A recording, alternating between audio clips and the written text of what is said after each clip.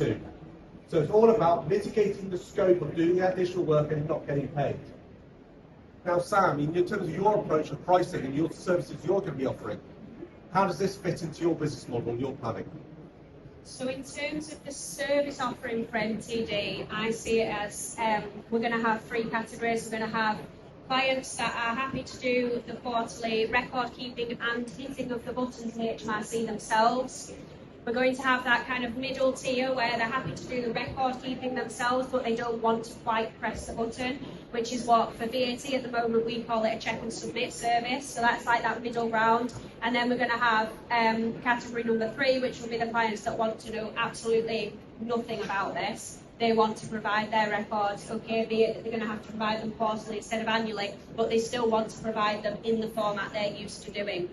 So that's 3 different ways of offering clients the service for MTD ITSA. There will be lots of firms, and I can absolutely respect this decision, that will say it's my way or the highway. And I think there is a beauty in that this is a chance to start working with the clients that you want to work with. I've spoken to a lot of firm owners that at this point are saying, well, this is how it's going to be, and they're almost hoping for that tail off of anybody that doesn't want to work that way. So I think there is a beauty in that, but for my firm, we're going to have those 3 different service offerings, which means that I'm going to have 3 different price points. I am aware that I will probably have a handful of clients that will say, no, I'll do it all myself, that will then become check and submit clients, and then subsequently might become, you do all this, I can't handle this, I want to go and build houses or do whatever I do instead. I know I've tried putting shelves up before and it didn't go well, and it's that classic thing of you do what you're good at and I'll do what I'm good at. But I think clients might more so with this than MTD VAT think that they can do this themselves or think that they want to do this themselves.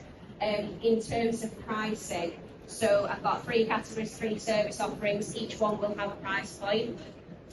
For me, the pricing issue that Chris has just explained, whereby they're going to be paying you for the self-assessment return and their accounts for the year before at a similar time to when we're going to start doing the quarterly processing. Yes, it's going to cause a bit of a sticking point with some clients, but I think the key there is the communication. We don't have to wait until it's time to bill them to start communicating that with the clients. So if we can get them to think like we want them to think from now, that's going to give us a clear benefit. So if you want all your clients to be paying monthly, this is your time to get the sole traders and the self-assessment clients to do that.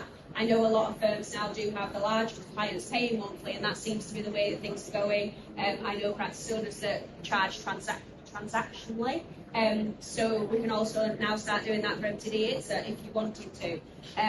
Me personally, my clients will have the choice of yes, paying monthly, but I will still also offer you can pay me when the work's been done. So obviously for MTD ITSA that will become quarterly.